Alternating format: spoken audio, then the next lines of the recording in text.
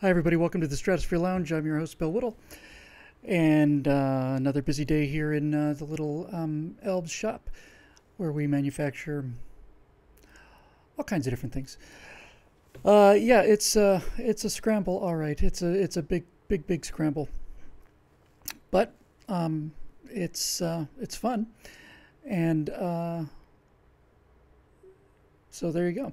We'd have to kind of keep this one short again too. It's the workload is just horrendous, but I do not like canceling these shows, and I need to save those cancellations for when I absolutely can't do it. I got interested in astronomy when I was 12 years old, and I decided that there were a couple things that I just had to see. I saw the first thing I saw through a telescope that I got for Christmas was a star, which looks just like a regular star, but brighter. Second thing I trained it on was Saturn, and after Saturn, that was pretty much it.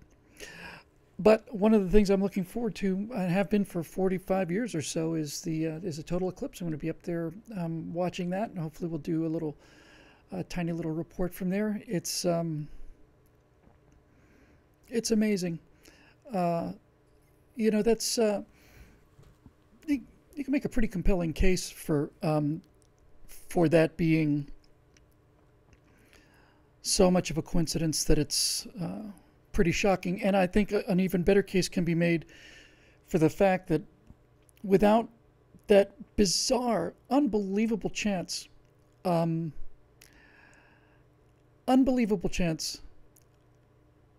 the sun and the moon appear exactly the same size in our sky, you could make a good case for the fact that there may not be any civilizations, at least without that. You could have life and maybe even somewhat intelligent life, but civilizations and writing, so much of that was driven by people trying to understand what was going on in the sky. And a total eclipse of the sun, lunar eclipses are kind of dramatic, but a total eclipse of the sun is, if you're a pre-scientific culture, those events are so mind-boggling and so spectacular that they will drive you to mathematics. And that really seems to be the case. There was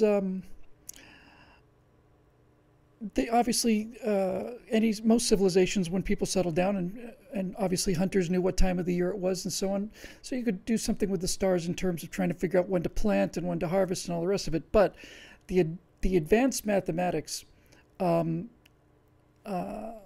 that you need in order to, let me just boost the sound a little bit, everybody's talking about. The advanced mathematics that you need in order to be able to predict an eclipse is it's a driver.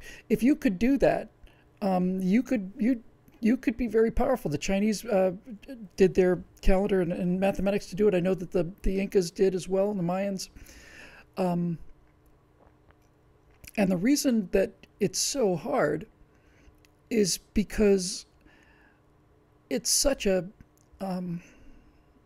narrow shot.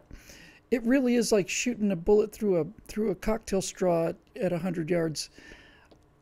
One of the things that's just so annoying to me, although I do understand it, is whenever you see a representation of the Earth and the Moon, you will never see one unless you're looking for one that shows you in their correct relative distances. You always see the Earth, and then the Moon's about a quarter of the size, and it's over here someplace, something like that. But the Moon is something like 40 Earth diameters away. It's a good long way away, that Moon. It's a long way away, and going there was quite a feat. And so people don't realize that the Moon is actually bigger than they think and further away than they think. And because it's so far away, the shadow of the Moon is actually very small. So the reason that we don't, the thing that I think bugs most people, or at least is, if you give it some thought, is, well, why don't we have a solar eclipse every new moon, and why don't we have a lunar eclipse every full moon? Why wouldn't we do that? Why don't we have that? And that is a very good question because, as you know, eclipses are very rare. Being able to predict them means you have to have advanced math. Be able to predict where on Earth they're going to happen is extremely, extremely difficult. But the reason we don't have them every month, the reason the moon doesn't just go into the Earth's shadow and then throw its shadow on the Earth every single time, like some of the moons of Jupiter, for example, is because of our axial tilt. So essentially what it means is you got the Earth here in the middle. You got the moon is at an angle. The moon's orbit is, the Earth is tilted, and so is the lunar orbit, 23.5 degrees. So in order for this to work, you have to be in line, and you have to be in line at the exact same time that the moon is crossing the celestial equator. So the moon has to be crossing the 0 point, basically, on its sine wave, has to be crossing the 0 point at exactly the time that its orbit is taking it in front of the sun. You get anything less than that, and what happens is, if you could look up into the sky and just blank the sun out, every time there was a new moon, you'd see the moon passing above the sun, below the sun, above the sun, below the sun, sometimes very close, sometimes 20 degrees away, but above it, below it, above it, below it, above it, below it. And then just when the moon is either coming down or going up into its inclination, just when that happens at the exact time that it's in front of the sun, you get a solar eclipse. And there's nothing like it. There's nothing like it in the solar system. I suspect there's nothing like it in the universe. It's really just that rare. What is this? Some kind of, it's something kind of bunching up on me. Whatever. You could make a pretty good case there's nothing like it in the universe. It's such a bizarre coincidence. If the moon were bigger or closer or both, then it wouldn't be an eclipse, it'd be an occultation. This moon would pass in front of the sun and the sun would disappear and it would be gone for a while, half an hour or something, and then the sun would come out on the other side. If the moon were smaller or further away, it'd be a transit. It'd be a little black spot that transits across the sun, black disk. But for it to be exactly this size, apparent size, means that you get to see something that I don't think, if there is other intelligent life out there, which I think is relatively rare, the chance of them having this event is, I say, pretty close to zero because it's such a fluke. But the ability to see the solar corona and for the sun to be blacked out but still see the corona and sometimes even the prominences and the planets that are close to the sun, like Mercury and Venus, you can see all of them just for a few minutes, then it goes away. It's a remarkable thing. And there have been several solar eclipses since I was 12, but there has not been one in America. And I don't think there's going to be another one in America for a while. And I could just not forgive myself if I miss this one. So I'll be heading up north and be waiting for that quite a bit. And needless to say, I am not going to take any pictures of it. There's nothing more tragic to me than watching people do things like go down the Grand Canyon in a raft, let's say, or something, and they're shooting it on their iPhone. There's plenty of really, really good professional movies and pictures of the Grand Canyon. If you're busy looking at your camera, you don't see it. I think my brother Evan talked to me about that once. He was on a cruise to Alaska, I think he said, and they heard a crack, and it was a glacier starting to calve off, and he got his camera up and was snapping these pictures. And then after it was over, he realized he didn't see it. He realized he missed it. And that's not something I'm going to be doing during that eclipse. So that is going to be fun. I'm working on some stuff in my very limited spare time. And I just might as well just fess up, I guess. I'm actually doing Squadron logos. I'm doing Squadron logos for this Star Citizen movie. I'm not going to get into the game again. I know a lot of people are just really bored with it, but I love the graphic design. I love it. I love the graphic design of all the shows that I do, and I wouldn't say I'm certainly not cutting edge by any means, but I think I have a good eye, and I've done, I don't know, 5 of these things, I guess, and I've got another 3 to go, and they just are wonderful. I just love them. I'll tell you what, I will share you. I think we got a couple on the desktop here. Hang on, let me see if I can find one or two of them. So I'll look for one of the more dramatic ones.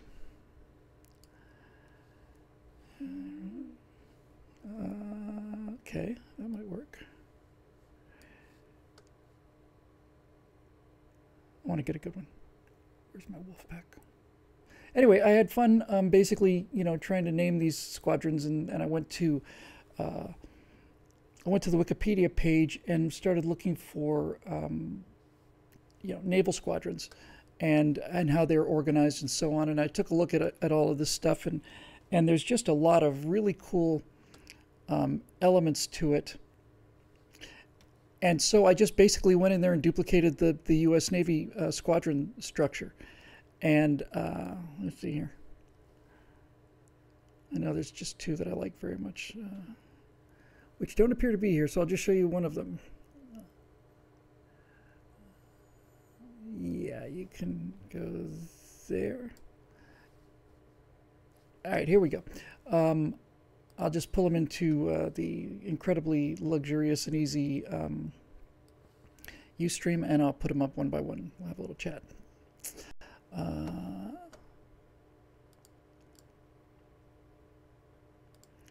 So here's one of them. It's just a little rough. I should have had this ready in advance, needless to say. Here we go.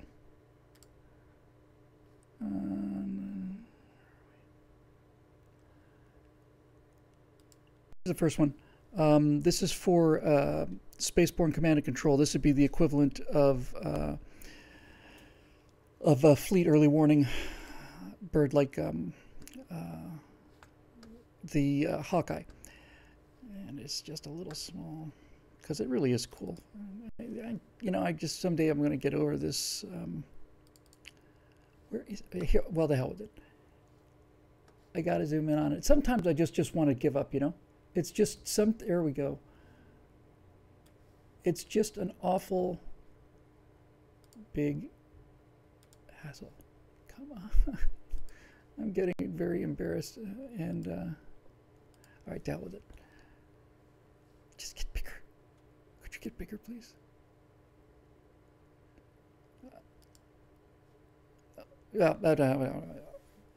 Forget it. I'm sorry. I apologize. That's just a horrible thing to do to an audience, but it's just too small to really see, and so I'm just going to have to eat that one.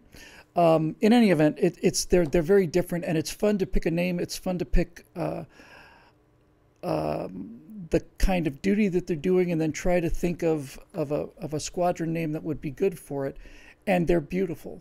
I think they're just beautiful, and they're going to be a big recruitment tool. So I've been doing that, working on that. That's been fun, and hopefully get that finished by tomorrow. Hand it off to our friends Foghorn and Matt Lloyd, who have been doing some fun stuff with us. I will say one last thing. It's not about the game or so much as the gameplay. The way that the Star Citizen flying is set up is they try to make it almost like an airplane. It's a very simple mode. When you come off the throttle, it just stops and hangs there. And I've been watching this for 2 months now, and trying to land the thing, looks very, very artificial. The thing hangs there and goes down, and it's not very good. And then I realized, just like doink, there is a flying mode in the game called decoupled mode, where it actually starts to behave like a real object in space, where once you give it a push, it'll keep going at that velocity and on that vector until you push it again. And then I realized you could do a landing that way, and we did a couple, and our friend Foghorn recorded them, and they just look so good. I mean, I was really just like, I was so bloody blown away by it. They were fantastic. So much better than what I was afraid we might get earlier. So, yeah, I'm going to be sending out, I really do believe it this time. It looks like we'll send out those Star Citizen emails to those of you who wanted to be a part of it this week, because we finally got our act together. Took me forever to get Matt and Foghorn on board, and now they're on board. So we'll start moving the mail. Okay, so that's that, and I do not have a whole lot of time, so we can do an hour, I guess. But once again, I did not get a chance to read the questions in advance, so we'll just take a look at what's up top, and we'll just see if we can get through another one of these things. Okay, the first one I see that's got 8 thumbs up is from Cheryl Toomey. Thanks for having a show tonight, even though you're really busy. Well, thank you. It helps more than you know. Well, thank you, and me too. Here's my question. The more I talk with leftists, the more convinced I am that there can be no middle ground. Our minds just work too differently. The way we approach political and socioeconomic issues seems to originate from diametrically opposed viewpoints. It's not that we are selfish in our respective goals, it's that what is inherently important to us will never converge into a mutual point. Taking this observation into consideration, how would you begin to bring the two sides together? Well, as we were discussing last time, when we were talking about Dave Rubin, I think the first step is just to have two individuals who manifest respect, and I don't mean just kind of show respect or are respectful. They got to manifest it. They got to make it like a point. And once you put things into that kind of a moral plane, you're ahead of the game, because there is so much hostility and there's so much misrepresentation and so on and so forth that if you sit down and say we're going to find out what we respectfully agree and disagree on here, that's a really good start. The problem is you have to break things down very, very low. And you have to be, you also have to be willing to re-examine some fundamental premises. And I've talked about this before, but I think this is the main issue. The reason why we seem like we're talking past each other and everything they say sounds stupid and everything we say sounds evil. And it comes down to heuristics, which I don't understand terribly well, but I probably understand well enough to... Just because I don't know about anything doesn't mean I can't talk about it for an hour. I think we've proven that already. But basically, heuristics are mini lessons. They're small little stories, data points. They're like I said, like mini stories is probably the best way to think of it in terms of just getting a handle on it. Experience is probably a better word. And all of our lives are built out of these heuristics, and complex ones are built on simple ones. And the example I've used before is... especially if you're a kid and you reach out and you touch a glowing hot burner on an oven, you won't do that again. You don't have to learn that every single time. The fact that you won't do it again is a heuristic, and the fact that you won't touch anything that's glowing orange is also a heuristic. So all of these little lessons of life we learn and we accept as part of our sensory apparatus. We just know that, when you get around heights, a lot of people get very cautious. That's not a bad trait to have if you're descended from creatures that lived in the trees. Not a bad trait to have at all. Is to have a fear of falling and edges and so on. So what you'd have to do is you have to take these complex heuristics, like Democrats are idiots and traitors and Republicans are awesome and good looking, and break them down into simple things. And when you can get them down low enough, that's when experiences start to become in common, because most everybody's been burned by something. It's something you can connect to, and you have to build it up from there. Now, in order to do that, you certainly have to have people who are willing to change their mind if they can, and also I think you have to have people who value reason. That's really it. You can't. I don't think you can get to the other side by emotion. In fact, it's emotion that's keeping us apart. It's a good point there. David Wellman just pointed out a heuristic is if it walks like a duck and talks like a duck, it's probably a duck. Yeah. So these are how we build things, and this is how intelligence works. We don't have to constantly relearn everything all the time. So you have to have a, but if you're going to change people's minds, and you can get the heuristics down to a low enough level as burning burners and walking ducks, then you have to be able to be convinced of something that you may have been unaware of. And you may have to change your mind, and you got to be willing to do that. And in order to change my mind, it usually takes reason. And it does seem that they don't particularly care for reason. And one of the reasons we're in such trouble is because they were trying to replace reason with emotion. Reason is very powerful, but it's not just powerful in terms of finding things out. It's powerful in terms of keeping people together. Reason is a language that all people of goodwill or intellectual integrity can practice. You don't have to be a genius to understand reason. Reasoning is the entire basis of trade. Reasoning is the basis of language. Reasoning is everything. And to give it up is to put you at a huge disadvantage, and to purposely try to destroy the idea of reason, which is what the left is doing now, because it's a white male patriarchal racist construct, reason. And my favorite part of reason is reason doesn't give a damn about what you think about it. Reason doesn't care. So you've got to have that kind of commitment too, I think. So I think that would be what it would take. So there we go.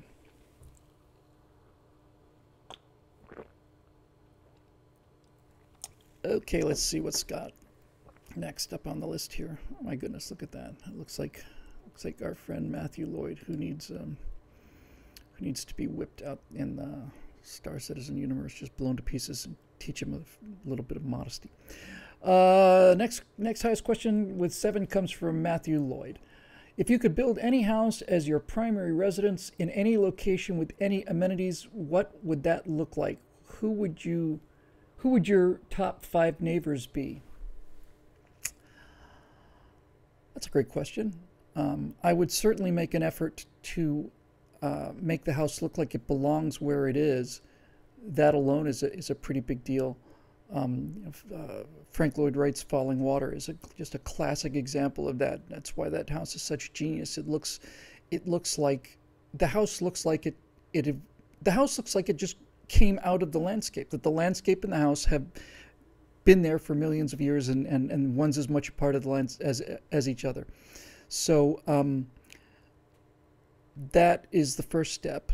I tend to like modern and kind of clean designs. I've never been a real I don't much like frilly curtains. I don't like much ornamentation. I don't like serifs on fonts. I like clean lines, and simplicity. I like a lot of glass too, a lot of windows. Really, if you're going to talk about a dream house, there's no reason to build a dream house where you don't have a great view. I mean, that's the reason you plunk down someplace. If I'm assuming, and I'm sure this is your intention, that you basically got unlimited resources. You can do what you want to. Obviously, I lived in many places where the view was not good. In fact, I spent 11 years when I started writing, and up through about halfway through PJTV, where my view out the window was another apartment window 6 feet away.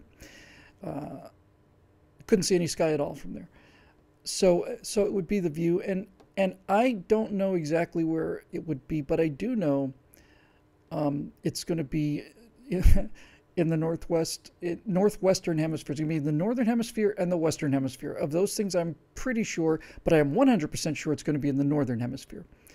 Mountains are great. Lake Tahoe is the most beautiful place I've ever seen. Lake Tahoe just sucked the air out of my lungs because you turn around, you can't see it. You're on a windy road, and you just turn a corner, and ta-da, there it is. It's absolutely gorgeous. Coeur d'Alene is the same kind of effect, but not as rugged, not as dramatic, but a lot more accessible, a lot more livable. So yeah, that's what I would do. And it's funny because I spend so much time trying to get people out of this Earth is dying thing. But I would take advantage of whatever natural energy sources I could. It'd be great. It would be really great to have a freshwater well. It'd be great to have either a little windmill. I have a friend who's the smartest guy I know, and he has some property in Idaho, and he has put out a very large solar cell array. So basically, he sells electricity to the electric company during the daytime, and then he buys it back at night, and it's pretty much zero. He doesn't really have an electrical bill because he's generating electricity, and that it has to go into the grid, and they have to pay for it. So I don't think they pay as much as they charge, but essentially he's power self-sufficient. Elon Musk has, in addition to the many other things he's doing, had shown off about a year ago or so, had shown off almost looked like a wall sculpture, strange kind of looking, kind of molded, sculpted oval, which is a battery, and which apparently you can run your house on for 3 or 4 days or something. And that would be great, because if you had batteries are and have been the weak link in everything. If batteries are keeping us from everything. It's batteries that are keeping us from electric planes. It's batteries. They're just terrible, and everything has advanced by leaps and bounds except for batteries, which makes sense. They're practical items, and they have to have a certain size, presumably. But if you had a big battery like that on the wall, and you could charge your battery, you'd be self-sufficient. There's something very nice about that, and something very reassuring about that as well. I think, given the situation today, I would certainly not want to be out in a cabin in the wilderness, but I would like to be in a community of people who get it and who understand the value of hard work and everything, and who are prepared to defend themselves. I think that would be an important consideration. If we ever do get together and start a conservative confederation, or a conservative republic, or just a conservative state, or a conservative county, I'd certainly be willing to volunteer my long easy and be part of the, Northwestern Idaho Air Force Strike Command. I would not only fly in that, I'd design a bitchin' logo for it too. Okay, let's see what we got next here. Oh, look, it's our friend Merlin Wendelboe. Sorry about the squinting, just eyes are getting older. I've noticed a huge increase of conservative rebuttals on threads of liberal idiocy presented by such popular personalities such as George Takei and Facebook God. Do you think that in the end it might be said that the greatest achievement of the Trump presidency is the confidence it is giving sane Americans to stand up for freedom and to push back against the oppression and intimidation of the liberals and the political correctness that has been so pervasive over the past decade? Great question. Absolutely. I think so. 100%. One thing that you can tell is that they're getting pushback that they've never gotten before. And you can tell, and they don't know what to do with it, and they don't like it very much. Protests out in front of CNN, they weren't very big, but they were protests. They're not used to being the bad guys. Certainly Donald Trump has given people a reason to, believe that there's a point to arguing back. But I'm seeing more and more conservative rebuttals, and I'm seeing more and more members of the general public, the non-chattering classes, siding with conservatives and really starting to sense the lunacy and the ridiculousness of the progressive idea, because there's so much of it is its own contradiction, and since there's no end to it, since there's no limit to what you're encouraged to do, it gets ever more ridiculous, which I covered, I think, in the Republic of Emotion, that last firewall I did. The progressives claim to be feminists. They claim to be in charge, all about empowering women. But then they also claim that who are we to say that a man who says he's a woman isn't a woman? So now you've got transsexual athletes, and the transsexual athlete, imagine my surprise, is cleaning the clocks of these biological girls, and now they're in a quandary.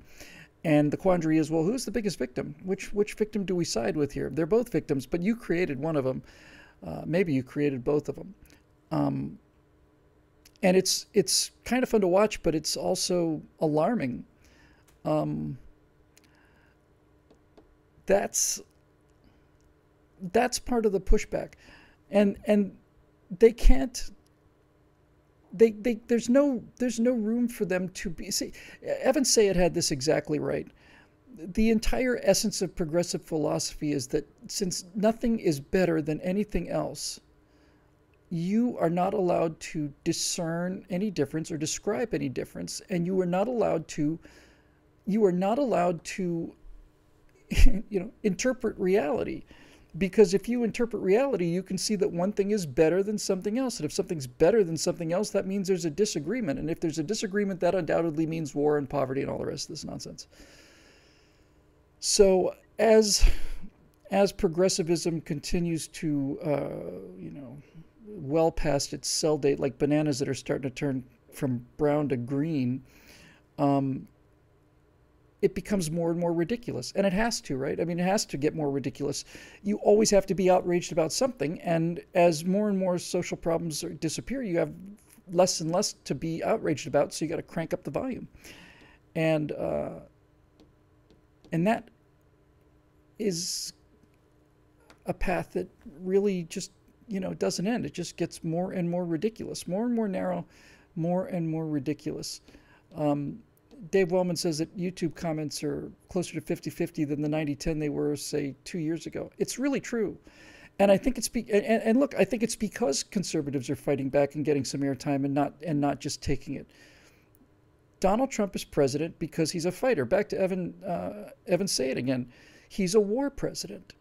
He's a war president for this war that we've known about for 8-10 years now. And he understands how this war is fought, and he's very good at it. And as with, again, Evan's point, he says, as with Ulysses S. Grant, who was a drunk, or George Patton, who was not fun dinner company, we can't spare this man. He fights. He fights. And I think I'm speaking for many Americans. Some people are genuinely in love with Donald Trump and really think he's just terrific. And I am not one of those people. I'm one of those people who sees a lot of things that Donald Trump does that makes the left just cringe, and it makes me a little uncomfortable too. But there's no question in my mind, none, that this is the choice to have made, and we can't spare him. He fights. If he's a fighting general, I don't care if he drinks. And if he's a fighting general and goes out looking for battle and wins battles, I don't care. I don't care if he drinks. I don't care if he's rude. Victory is victory, and this is a war for the soul of the country. So I've been very, very pleased to see this conservative pushback, and it's also a tipping point kind of thing too, isn't it, Merlin? When as I pointed out just a minute ago, when Facebook or YouTube comments are 95-5 against you, you tend to shut up. And the more people that start to express your opinion, the more likely you are to express your opinion, which in turn liberates other people whose threshold of moral courage is set at different places. So the more people that fight back, the more ridiculous they look. The more ridiculous they look, the more desperate they become. And the more desperate they become, the more ridiculous they look. And it's a great little cycle to watch. So, it's... the progressives now are getting so ugly and so ridiculous. This Antifa thing is ugly. This safe space nonsense is ridiculous. Everybody knows it's a joke. I suspect virtually most of them know it's a joke. But in any event... the weather's changing for the better. I think there's no question about that. Okay, Aloe Conson he's back. I haven't seen him for a little while, at least in the questions there. Let's see what he has to say. You've been mowing down these progressive weeds for years, Bill, and they keep growing back. What's the sense of same crap, different day? When the sense of same crap, different day gets unbearable, how do you personally recharge? That's another great question. I don't get to personally recharge a whole lot. Natasha has given me an actual life. I go home and eat dinner and watch the sun go down and bring in the garbage cans, and I just didn't think that was ever going to happen to me. And it's enormously soothing. It's enormously soothing and comforting and all that. I haven't flown since the end of January. The plane's got a mechanical problem. It's still down. going to get that solved in the first part of September. It's scheduled for then. The weather's starting to cool here in Los Angeles. In fact, it's shockingly cool here today. But flying really resets the clock. And I have to tell you, Ala, one of the things that is most recharging to me, in fact, I would say by a wide margin, this is the thing. T-Dog Lie says every single headline destroys. I think, I don't know if he's relating to that, but I certainly know the feeling of waking up every day and seeing, oh my God, now what? I remember when the Charlottesville thing happened, I just said, oh, these guys are going to just they're just going to run with this. And how do we defend this? And then there was like this little light bulb went off in my head, like, we don't have to defend this. It's not us. We don't have to defend Nazis. Not a Nazi. I've never been a Nazi. Been fighting Nazis my whole life, and that's why I hate being called a Nazi and why I won't stand for it. But yeah, there are days that are really, really bad. And the one thing that does consistently charge me is meeting you people. Absolutely, it's just meeting Strata Loungers and people who are members and people who are just fans. So and it's always the same, which is really nice. They all come up to me and say, "You just wanted to thank you for the work you do," and I'm always so flattered and humbled by it, and so grateful that when I see people's faces, and I see that the words I'm pumping out there by the I was going to say by the pound, it's probably by the ton now, is actually helping in people's lives and helping them realize they're not alone and that they're not insane, then just meeting people who feel compelled to come up and say hi, that is the single great thing for me. I just get a buzz off of it all day. I had 2 in one day when we were going out to Santa Barbara a couple weeks ago. And by the way, if you're one of those people and you see me someplace, and by all means, just come up and say hi. So I think that's probably it in terms of the biggest effect in terms of charging me up here. Let's see. Our good friend Aesop's Retreat is back. It's always good to see the regular crowd. I'm reading them in order. Dave Olson's got 11. This one has got 2, but here we go. Whatever happened to the crazy hype over Planet X, Nibiru, and that it was going to come so close to the Earth would flip poles. That Nibiru would come close enough so that the Niburians could launch their ships, come over to the Earth, and pretty much eat us if they so desired. The hyped-up conspiracy scare theory went from at least 2010 all the way into the day after it was supposed to arrive. Then nothing, not even an oops. Did Nibiru decide to stop off at Jupiter or for lunch or something? I am not up on my Nibiru orbital mechanics. I seem to recall dimly that it's the name of a minor planet, something, a planetoid, which was Pluto was demoted to planetoid, and Pluto deserved to be demoted to planetoid. It's there are dozens of those things out there. We find them all the time. Charon is one that's closer, I think I want to say between Jupiter and Saturn, and there are a number of them out there, very similar to size, some a little bit bigger than Pluto.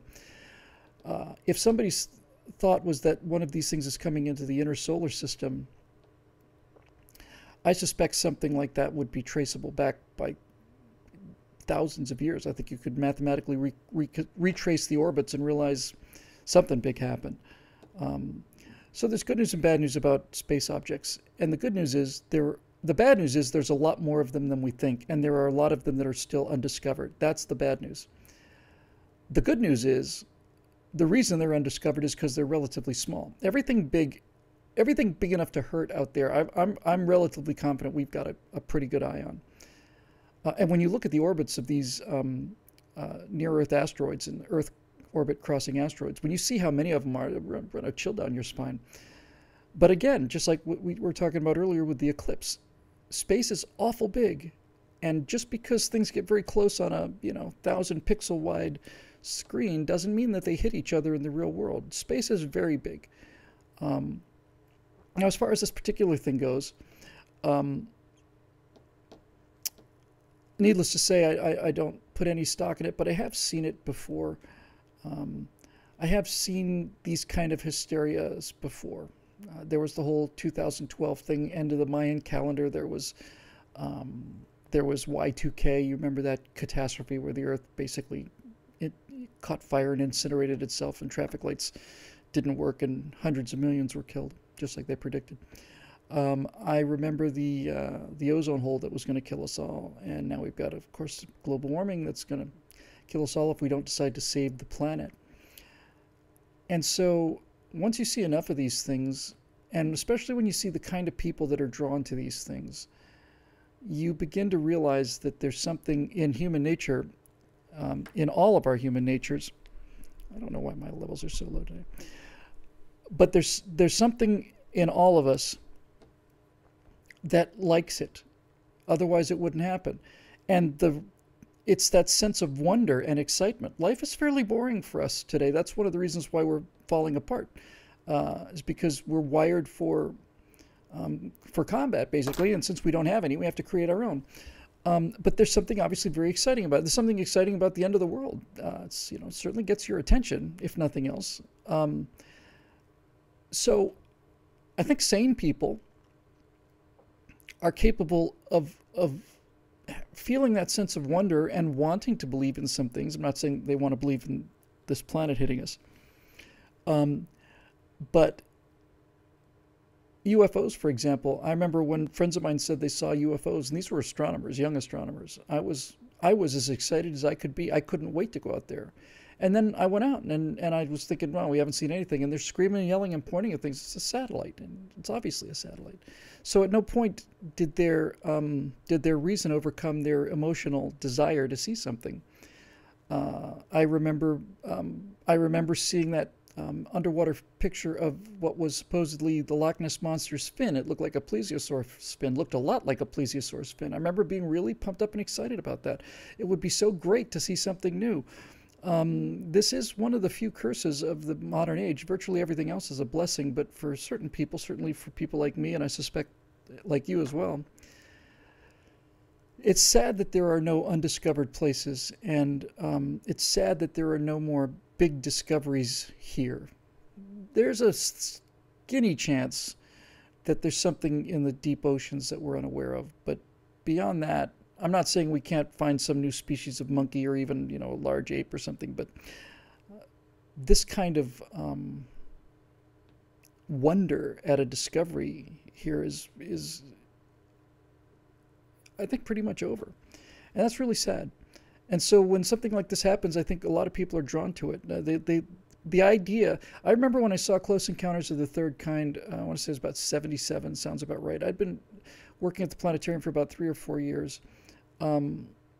And we did a premiere of that show, and then we did a UFO show. And I, for the life of me, cannot remember. I know the UFO show was, I cannot remember, I don't believe it was a debunking show, but in any event, I got into the UFO phenomenon pretty seriously. And pretty early on, I began to realize, okay, I'm not impressed by these blurry pictures. And turns out, and by the way, once enough of these pictures, this is photographic evidence of a UFO. When somebody comes out there with the trumpets blaring saying, we finally got it, and then a year later you find out, no, it was a fake. And when this happens repeatedly, that's telling you something. The best picture of the Loch Ness Monster, with the big serpent head coming out, was like a model the size of a rubber duck. It's about this big. And the guy who took it, I forget his name, he was the surgeon, that's why it's called the surgeon photo, just decided to make a little model and put it out there, and he took a picture of it. And as I've said before, it's remarkable how your reason can be blinded, because I would look at the picture of the surgeon's photo, just look up surgeon's photo on Google, and you'll see that very, very famous grainy picture of the Loch Ness Monster. And I remember looking at that and saying, that's pretty impressive evidence.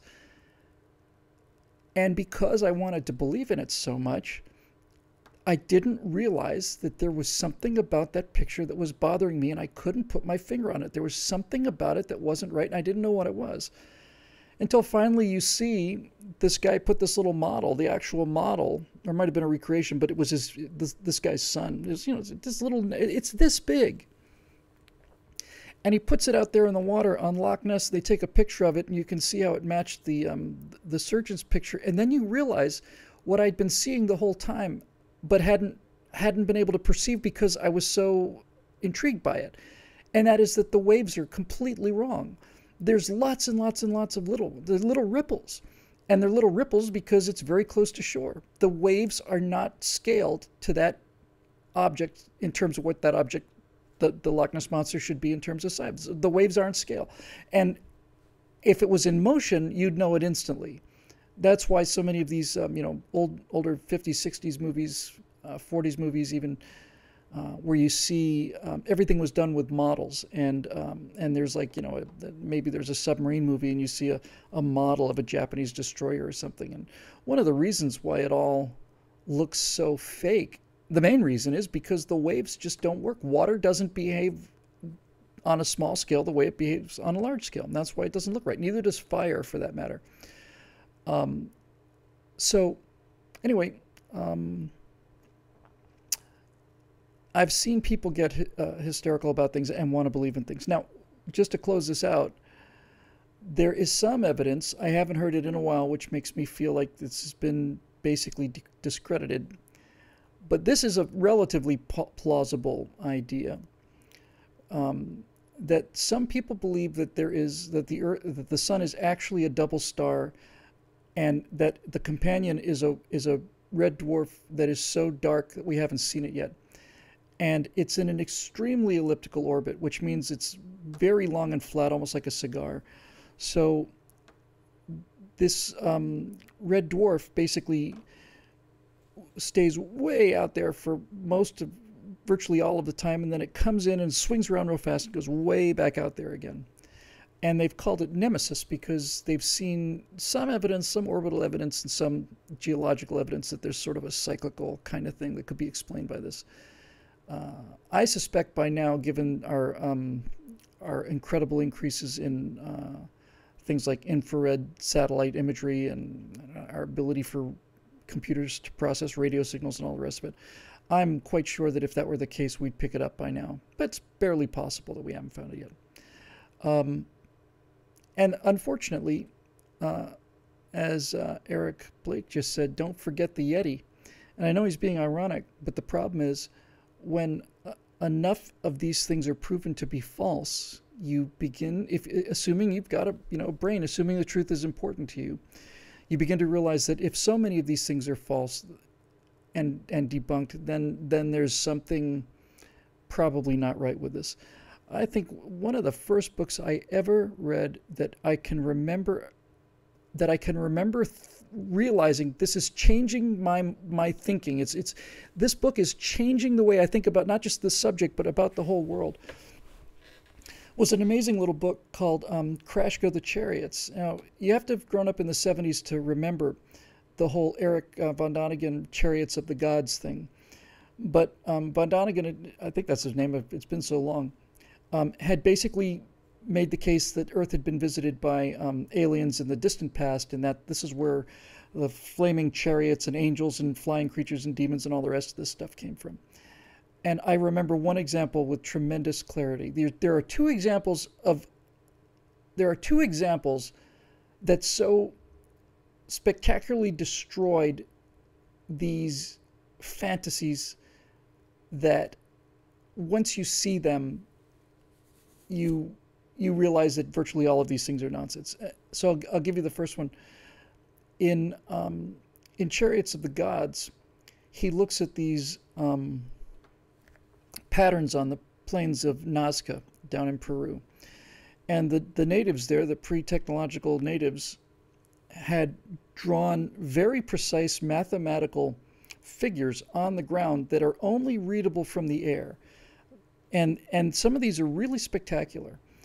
And von Däniken says, there's like a hummingbird, and the wings are like a series of lines like this. And von Däniken says, could these could these lines be rows of parking, as in modern airports? Could this be a ancient astronaut airport, and these would be parking rows? And I read Chariots of the Gods. I was probably 12 or something. I thought, awesome! I bet that's what it is. I bet that's exactly what it is. And he shows me a picture of what it looks like to have airplanes in a row on a military base. And then I look at this picture of this hummingbird, and I think, I'll bet that was it. I can actually see the saucers virtually. Well, it turns out that they were. That it's not too tough to do. If you draw something on the ground, you can mark it out on a. You draw something small, you can mark it out and scale it out big.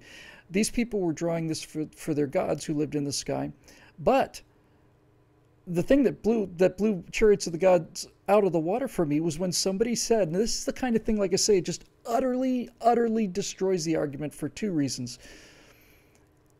Somebody said that this hummingbird, which you think is about the size of an airport, it's certainly sold to you to be the size of an airport. It's maybe 30 yards across, 20 yards across. Any decent-sized jetliner would cover the whole thing completely. I mean, 737 on this thing, you wouldn't see anything below it. And it was so small, so much smaller than it would have to be, that it makes you realize how you're being duped. It destroys the argument. And furthermore, and more importantly, it destroys the credibility of the person making the argument. Certainly, that person, in this case Eric von Däniken, knew that this was too small, but it was a good point to make, and he's just counting on people's ignorance. And when you have to lie like that, then I'm pretty convinced you're a fraud.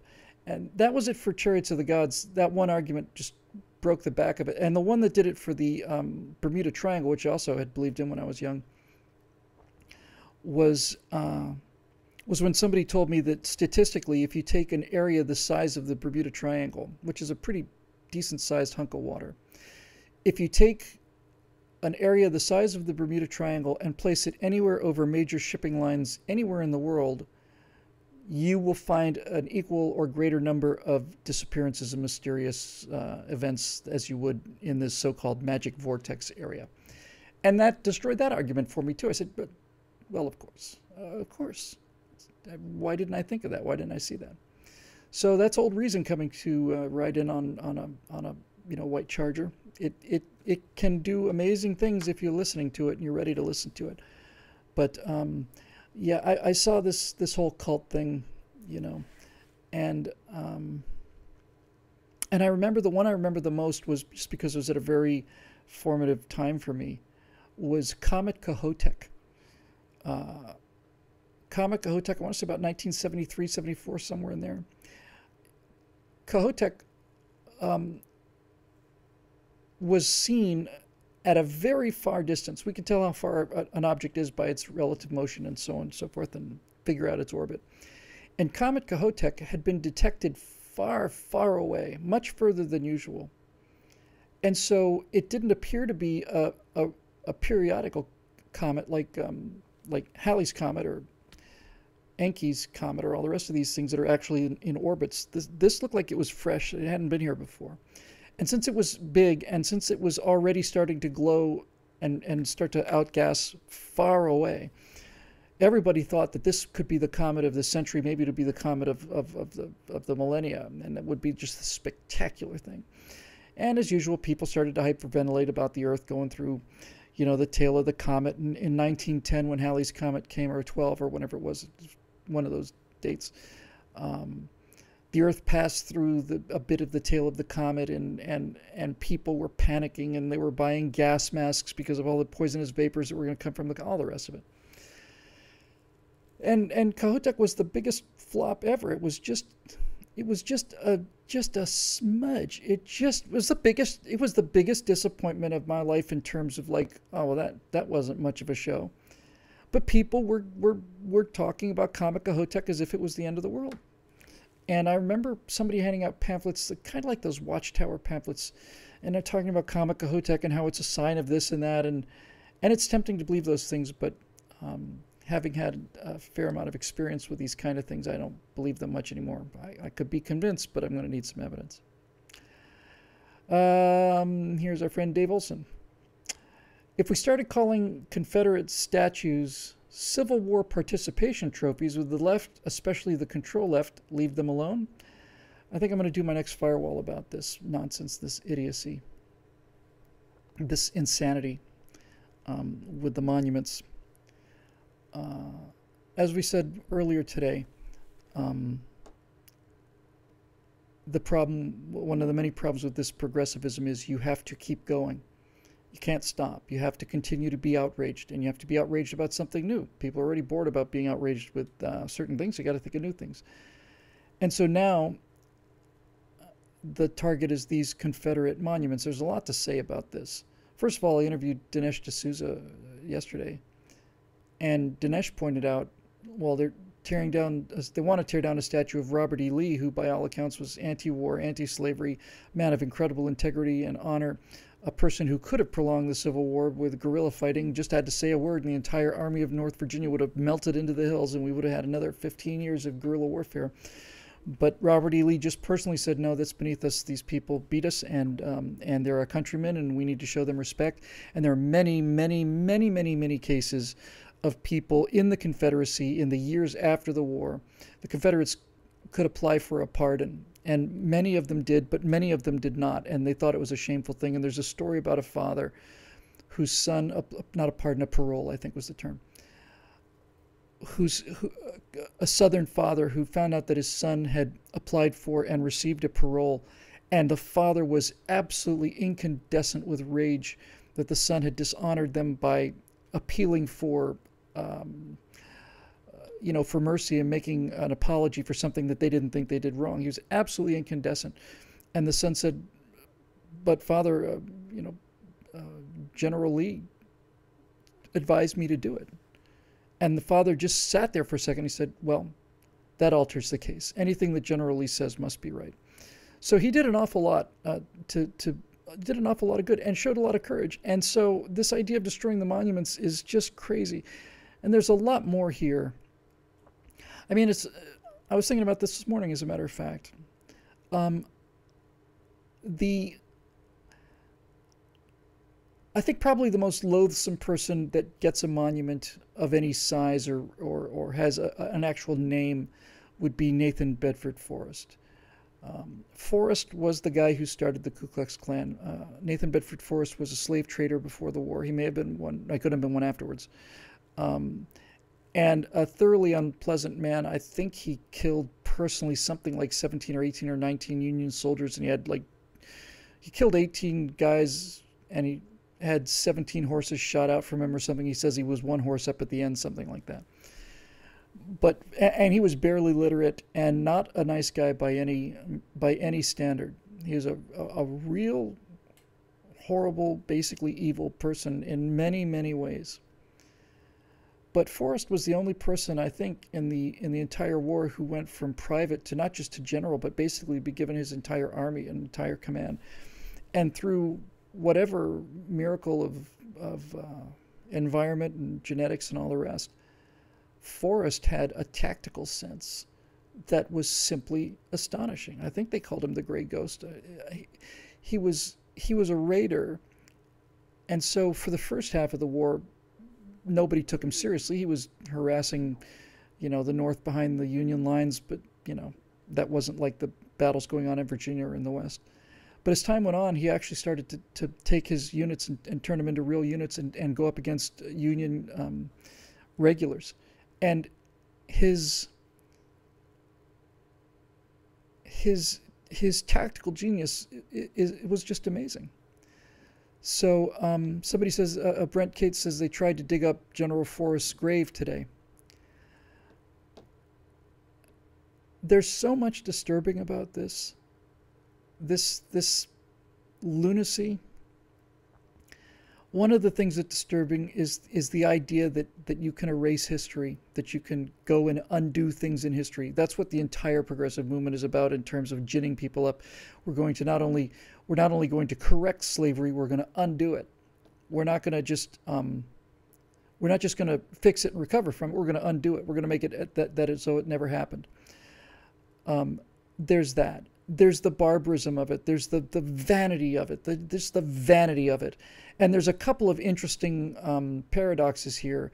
And I want to know why it is that the further away from the Civil War we get, the more hysterical people become about it. You would think it would work the other way around. You would think that if anybody wanted to dig up the graves of this slave trader, it would have been Union soldiers and especially black Union soldiers after the war. You'd think by any reason that would be when it would happen. You would think that after you got 160, 170 years after the conflict, that all of the steam would have gone out of that. But Forrest's grave sat dormant for what I don't know what it is, 140 years or something like that, 120, 100 years, whatever. And now people are outraged about things that they weren't outraged even a year ago. And that's because they have to be outraged. It's their job.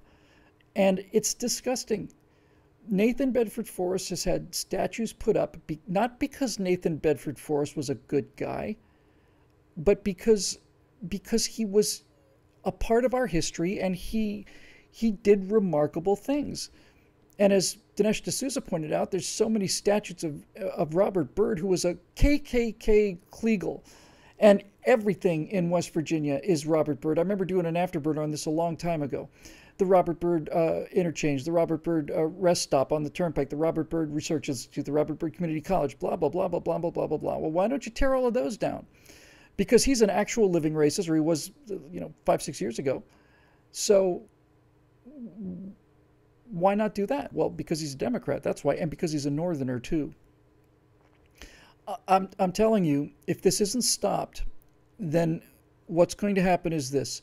These savages who wanted to rename the dorms in Princeton and all the rest of it and so on, these savages will tear down these Civil War monuments, and some people will be convinced that, well, maybe we shouldn't have them up there. It was, a monument to slavery and all the rest. It wasn't a monument to slavery. It was a monument to courage. There are no monuments to slavery in the United States. There may have been one, I remember, that was a little weird just a short time ago. But basically, Stone Mountain and all the rest of it is monuments. It's a monument to courage, and it's a monument to the hundreds of thousands of men who died who don't have monuments. They were people too, and they deserve to be remembered. They did very big and courageous things, and these punks, these nothings, these people who get up at 2 o'clock in the afternoon and whose biggest achievement is clearing a level on Call of Duty, out there, with this moral arrogance of it. And we're gonna clean society of all of these racist things. Well, first the Confederate statues will go, and then the statues of people like Shakespeare, and all the rest of it. And essentially, then all of the white people's statues will be removed, and then you'll have nothing but statues of Africans and feminists. But even they will go because the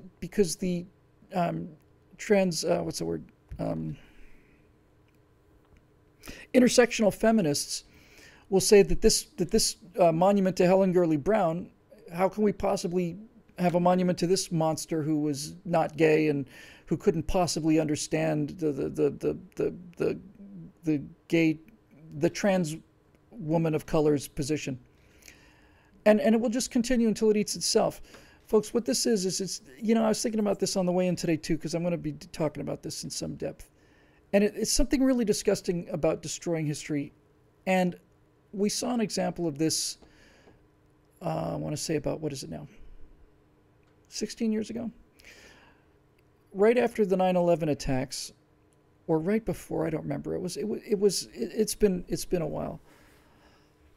The Taliban went to these Buddhist statues that had been there for hundreds of years, maybe thousands of years. There are these gigantic statues carved into the side of the mountain, and they had been there forever. They'd been there before Muhammad. They'd been there forever. And the Taliban went in there with dynamite and blew them up. And the entire world was outraged at this. And I thought, what is it? What is that dynamic? And then I realized that there are some things that they've got a pass. They have a hall pass. You don't blow those things up. There have been so many people before you who disagreed with them, and they didn't blow them up. And now you have ended this historical thing. And people like the Taliban and these Antifa people, because they're the same kind of people. They're the same kind of fanatic lunatics. They want to destroy things that have been here forever. And some of them, given the power, would destroy Westminster Cathedral without a thought in their minds. They'd destroy the Cathedral at Notre Dame without a thought in their minds. They would tear down everything. If they had the power, they would do it. And the arrogance of this. These things are bigger than you. And they're not hurting anybody. As I said, we get further and further away from the time that these things were, when these statues were erected, and by any reasonable standard, the pain of what they're memorializing should be less and less and less, to the point where you're a generation or two down. It's like it's just completely academic. But this is these monsters. They're monsters. These kids. I always generalize, and I apologize for that. There's some terrific millennials, and many of them are in the military. But these progressive left-wing students are just monsters, and the people who created them are afraid of them. But it's too late now. They've created them. I was doing this on. I'll tell you about it next week when I come back. In any event, it's a disgraceful thing to see, and somebody's going to need to put some of these people in jail. I mean, really in jail for a while. And somebody's going to have to enforce the law. And I'm a little disappointed in President Trump's Justice Department. I think they should be much more aggressive about this. We should never see another one of these Ben Shapiro can't speak at UCLA events. These things should not be happening in the era of Donald Trump. They should not be happening. That's one of the reasons he was elected. Ben Shapiro has enormous courage. He's got tremendous moral courage. He's got a great deal of physical courage as well. And Ben Shapiro is a soldier, and he would go to this school and face this kind of rage and violence. And he'd do it for a reason. He'd do it for a principle, and it was a noble principle, and it should be defended. So now that Trump is president, the president's Justice Department should say to UCLA, you will permit free speech on this state-run campus, or you will lose your federal funding, and we will come in and arrest those of you who are violating the First Amendment. And then you provide very adequate National Guard security, and you just ram it down their throats enough. You teach these children monsters that they don't always get what they want. And if you decide that you're going to break windows and try and beat people up because you disagree with them, then you can certainly do that. I've seen 15 or 20 of you beat up some student, some old guy in a wheelchair or on crutches. I've seen you do that. But I would like to see how you deal with National Guardsmen or actual Army regulars. I'd like to see how you deal with them, because these people fight back, and no one's ever fought you back, you miserable coward bastards. And that's why they're doing it. You know, it's a cowardly thing to do. Tearing down a statue is a cowardly thing to do. It's done in the middle of the night. Ironic, isn't it, that that the people who are so incensed about Nathan Bedford Forrest and the Ku Klux Klan are using exactly his tactics, the cowardly tactics of a midnight raid. You know, just going to go out at midnight and do it. And I bet you anything that the people doing it had masks over their faces like the rest of these Antifa swine. So, you know, you look at the Ku Klux Klan and you say these people are horrible, fanatic, racist, and they're cowards because they're not showing their faces. The exact same thing is true of these Antifa people. They don't show their faces either because they're cowards, and they hide behind that mask. And they don't just hide behind it so that they don't get caught. They hide behind it because it gives them a fig leaf behind which they can act out their violent fantasies, which they've had for quite a long time. They're bad people. Bad people. I'm going to do one more. And it's just, I'm just glancing at it. It's,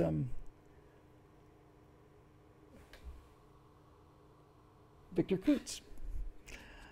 The privately run railways in Japan are the only high-speed rail in the world that runs a profit, yet the majority of HSR high-speed rail advocates in the U.S. demand that it be publicly funded and run by the U.S. government. Why can't they make this connection?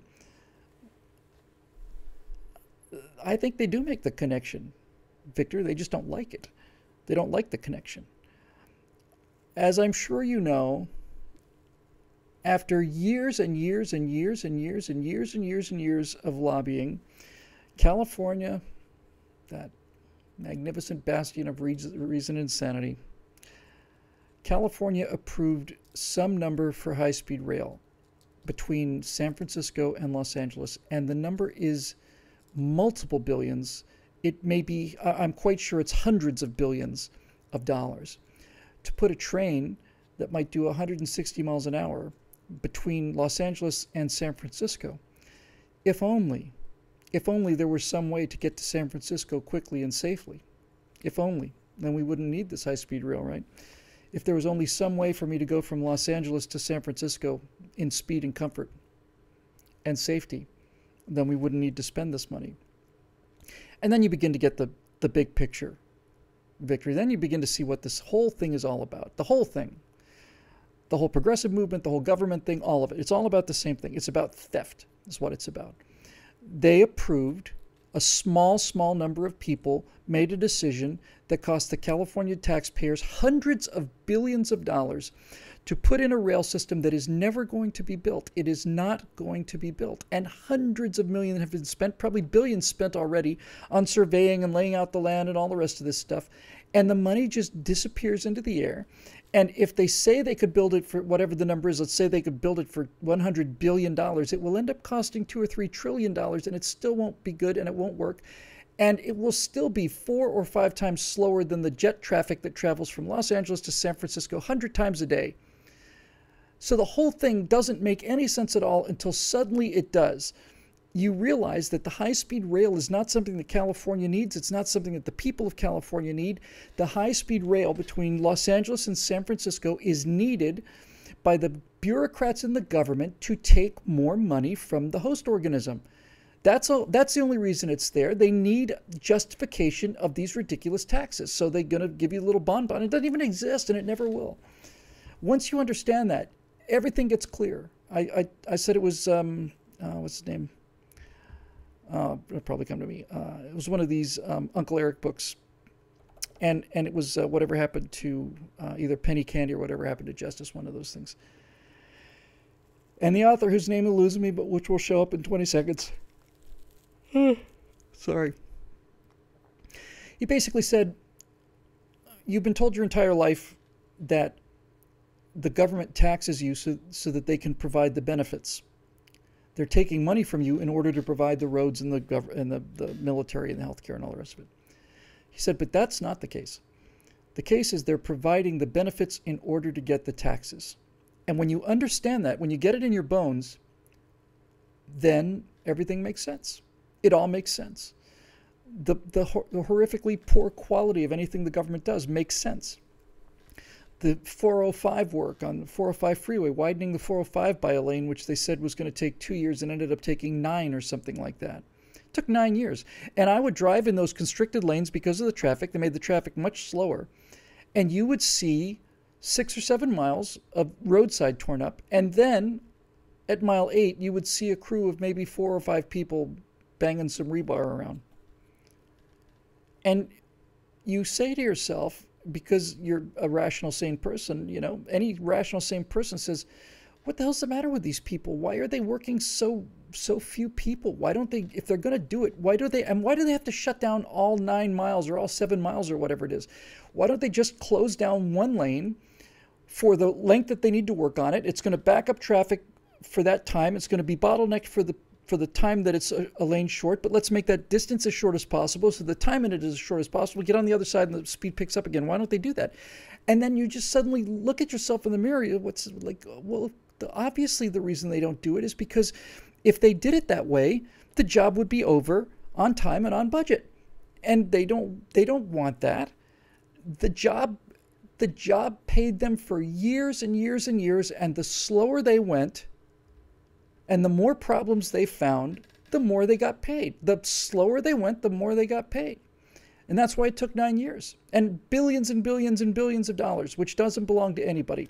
I write a check to the state of California, and it vanishes. And the people who spend it, They don't know where it comes from. It's not connected to anybody. It's just a number. And they put it in their pockets, and they put it in the pockets of their friends, and all the construction deals and all the rest of this. It's just a giant scam. They're taking half now of what Americans make. When you throw in all the income taxes, state taxes, sales taxes, all of it, they're taking half. And they are stealing it from us. And they are not giving us anything like a commensurate return. We spend 3 times more, 4 times more per student on education than the next closest country in the world, and we have students who are 20th in achievement and getting lower by the day. It's even the Defense Department, which has and does produce quality stuff, does it at a price that's simply unbelievable. It's unbelievable. What it costs. And it costs because it's the same thing, because government people are in bed with some of these corporate executives, and basically they're doing these cost plus deals where we say, well, we want 100 F-35s. Okay, that'll cost you $100 billion. Fantastic, $100 billion. Here's your check. When can we expect delivery? Actually, it suits both of us for us to say that that's the budget. But if we run into technical problems, let's say, and it ends up costing us $200 billion to make the jet, because we need $100 billion to make the jet, but suppose we run into technical problems and it ends up costing us $200 billion. Then we're out of business and you don't get the jets, and it's not fair that we should have to go out of business, blah, blah, blah, blah, blah. So they all wink at each other and they make a cost plus deal. So the deal for the F-35, I'm inventing these numbers, but basically the deal now becomes you will make 5% profit, or 10 or whatever, 5% profit on whatever that final number is. That way you won't go into the hole and you won't be stuck. So 5% of $100 billion is one number, and 5% of $1 trillion is a 10 times bigger number. Now, where's the incentive for Lockheed to work quickly and efficiently? There is none. They have every incentive in the world to go as slowly as possible and spend as much time as they possibly can. It's a scam. It's a giant con game. It wasn't always this way. It wasn't always this way, but it is now. And more and more and more and more of these people who don't make anything realize that they can live better than the people that do make things simply by getting themselves, they don't even have to get elected. They just have to get a government job. We're not a country of laws anymore. We're a country of regulations. There's a huge difference between these two things. If you're subject to law, at the very least, even if it's a horrible law, at the very least, the law is written by representatives that you elected to go and write laws. And furthermore, if it's a law, you have recourse in court. You can challenge the law. You can challenge the law in civil or criminal fashion, because that's what law is. But more and more and more, the left sees that as that's a real bug. You know, we don't get to force people to do things if it's a law. Let's make it a regulation. If it's a regulation, then a couple of things happen. First of all, it's written by some junior bureaucrat in the back room of the assistant director of the manager of water or power of the office of the city of Fontana. And he just writes a regulation, and it is as good as law. So it's written by people who were not sent to represent us. It's written in a way that we don't see. There's no transparency. There's no accountability. And because it's a regulation, there's no appealing it. You can't really appeal a regulation. This guy up in the Northwest is either Oregon or Washington. He's got a huge piece of property. He goes in there and he decides to put in a duck pond because he likes ducks. And everybody wants to preserve the wetlands, right? So he digs a big hole in his backyard. He digs a hole in his backyard at his expense, lines the thing with plastic, does everything possible to make sure that this thing is 100% ecologically sound, fills it full of water, puts all kinds of reeds and marshes around the edge of it, and creates a wetland environment where ducks and geese and everything are coming to land there, and everything's great and everything's groovy. And then the state finds out about it. And the state declares that since he did not get a permit to build this thing on his own property, he has to pay to have it filled in. He not only has to pay out of his pocket to have it filled in, to fill in the hole he dug on his own property at his own expense. He not only has to pay to have it filled in, but he also has to pay a penalty because he didn't get permission from their overlords who are hundreds of miles away. And it's even more offensive than that, because ultimately what happened with that guy was that he did have to pay to have it filled in. And what is so offensive about this is that the state then said, listen, You can have a duck pond on your property, but you have to fill this one in. But if you want one, you can just apply for a permit and we'll give you one, and you can go and put in your duck pond. And then he said, well, what are the specs for the duck pond? And the specs were not as tight as the specs that he'd done privately. So basically they're saying you took action on your own private property without our permission, and that's bad. So we're going to punish you, but if you take a knee, we'll give you what you want. If you pay your fines, and if you come to us for permission to dig a hole in your own private property, and you pay us again for the permission, then we might deign to allow you to dig a hole in your own private property. Depends how we feel. And it depends how sincere your apology is. This is not government. It's not tyranny. Tyranny is inflicting a person's will on other people for their own aggrandizement. This is legalized crime. This is people who are stealing money, and people who have to tell other people what to do, little people who don't have any vision about anything other than their own security and their own money, issuing commands to free people and getting paid fortunes for it. It's not even tyranny. It's organized crime. It's a protection racket is what it is. It's a protection racket. Hey, nice country you got there. It'd be a shame if something happened to it. We basically pay them to not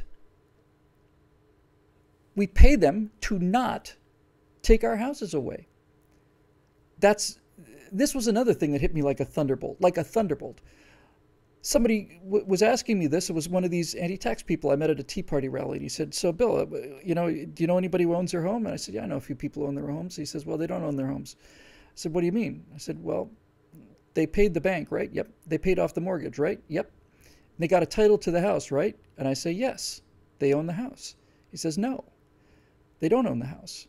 They rent the house from the government. They had to pay the bank the money to buy the house. The bank is paid. But the government is going to charge property taxes on that house forever. Forever. They're going to charge you money for the existing house on the existing land forever. And when you die, they'll charge either your kids who you leave it to, or and by the way, they'll take a lot of your money when you die on account of the fact that you died. But whoever lives in that house after you will have to pay to rent the house from the government as well. You don't own it.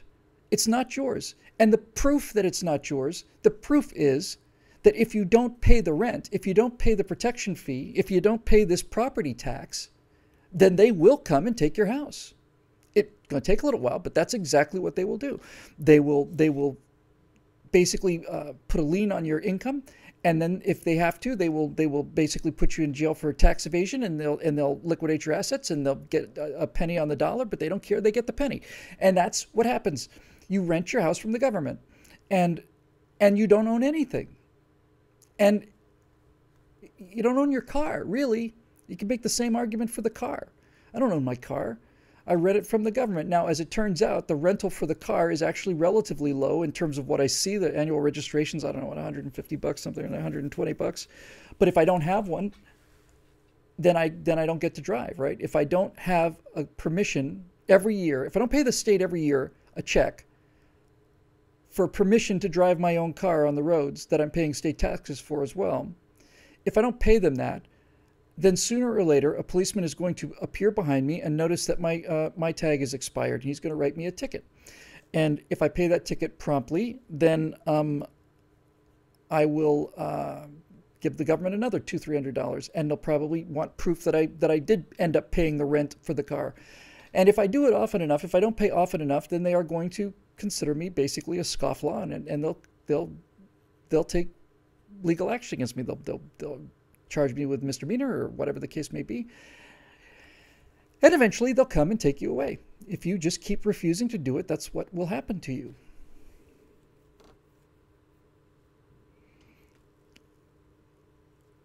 Natasha comes from a place where there's a great deal of government graft. And we've all known that. And we all know about the corruption in places like Russia. But the wake-up call for me, the bolt to the face, the 2x4 between the eyes, is this. She has said to me on numerous occasions that let's say that the government, that you have to pay 25% of your income to the criminals that run the Russian government. It's all cronyism. It all goes just like the mafia. He wets his beak, passes it upstairs. That guy wets his beak, passes it upstairs, ultimately goes to Putin and so on. And they take 25% of your income, and it's just graft and corruption, period. But it's 25%, and then you're finished. You're done. It's paid.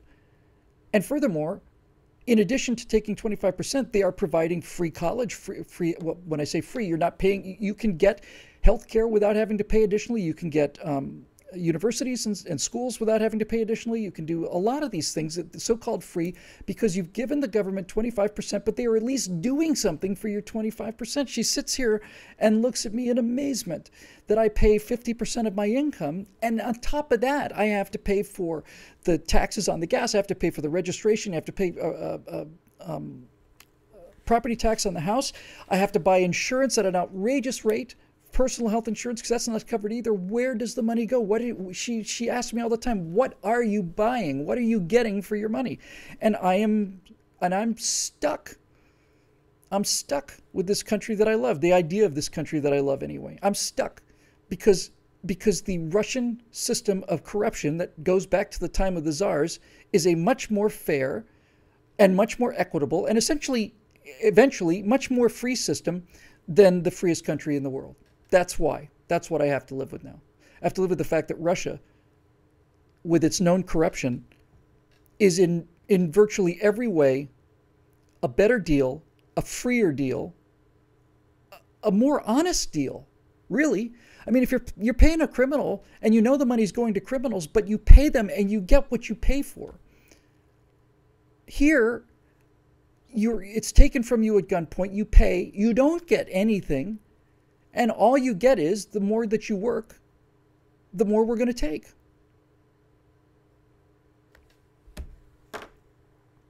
How did we let this happen?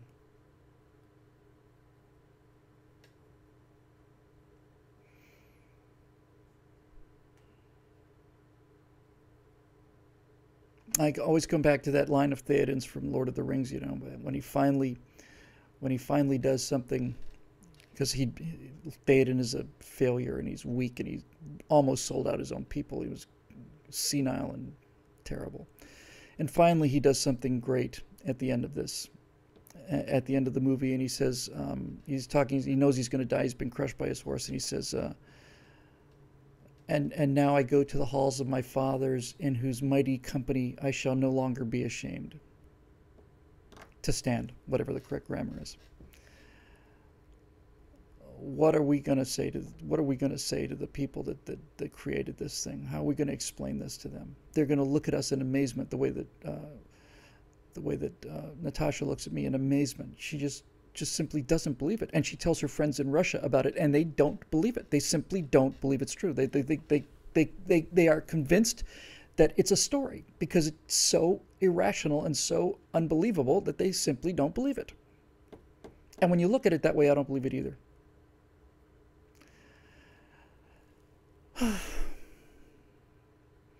You know, Trump has an opportunity to really go in there and smash things up, and that's what he was elected for. And I am beginning to suspect that he's not going to do it. I'm not entirely sure that it's not because he doesn't want to do it, but it's initiative, right? Who's got the initiative? And Trump seems like he's on the defensive. Now, there is a case to be made that he's getting some things done under the radar and that he's fighting up here with all these trivial things. And meanwhile, good things are happening. There's some truth to that. But you've got momentum. The election victory is your momentum. You've got to get this done in a year. You really should get it done in 6 months. 6 months. 100 days. You could go in there and do it. And by the way, I'm not blaming Trump for this. I'm blaming the Republicans who Trump needs in order to get laws passed, who we elected for years and years and years on the promise that once we had a Republican president, we'd get all of these horrors undone. Trump can't make law. He's not Barack Obama, after all. He can't just dictate law. So while you have a president who's on board with this whole thing, the people who you represent, who you sent to be part of the team to fix this, suddenly chicken out because they don't want to lose their jobs because they're made out of the same kind of jelly as the rest of these bureaucratic swine. Lazy, stupid, envious people. Lazy, stupid, envious people who want things from the people who work hard and who are not stupid and who don't worry about what other people are making them more concerned about what they're doing. Eric Blake says it just sets me off that California Republicans don't campaign against all that nonsense. Well, if you got all the California Republicans together, you'd have 7 people basically trying to stop 50 million from getting their free candy. So that's not going to happen. Last thing I'll say on this is I was talking to some people in Idaho, and I was saying, you know, it's so screwed up that you will hear people say that California is the richest state in the union, because here's what California brings in every year. But California is not the richest state in the union. California is the poorest state in the union. California is the poorest state in the union because the amount of money that California owes is greater than any of the other states. It's the poorest state in the union. And any accounting of anything would make that crystal clear. It's only in government that this happens. Even criminals understand the idea that there's income and that there's debts and obligations. There's assets and there's liabilities. Even criminals do that. Straight criminals understand this. And all we do is count the income, and we don't count the debt. So we're the poorest state in the nation. And we are the poorest. By the way, the United States, remember, richest country in the world? No. The United States of America is the poorest country in the world. Our liabilities outnumber our assets by such a monumental amount that we are by far the poorest country in the nation if you look at the books. But they don't keep books.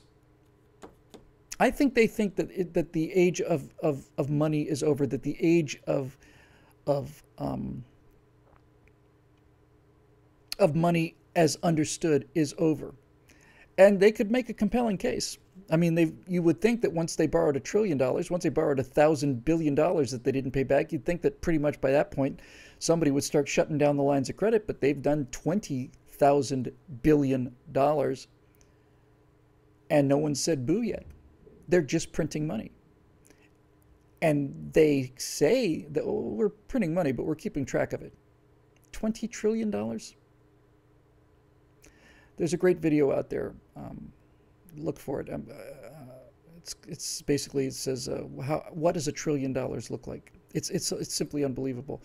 The national debt, folks, is so huge that in this video, imagine something the size of the World Trade Center that is made out of individual $100 bills. It's as tall as the World Trade Center, but each brick is a $100 bill, and it's completely solid and it's not hollow. It's the size of the Empire. It's the size of the World Trade Center, about the same shape, a big pile of $100 bills, so many across, so many long, and that many high.